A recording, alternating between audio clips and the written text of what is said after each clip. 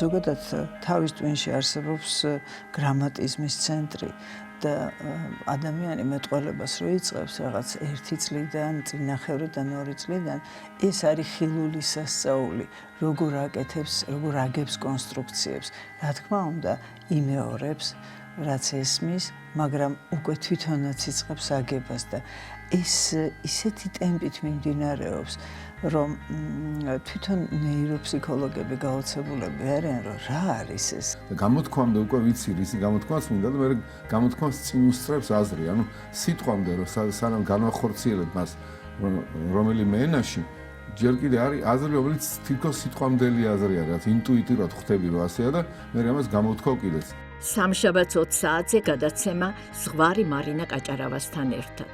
ადამიანს გული ატკინო, ამის უფლება ნაკლებად გვაქვს, თუმცა არის ის მომენტი, როდესაც გიწევს დაიცვა შენი ვერსება, შენი სამშობლო, შენი თქო სარწმუნოება.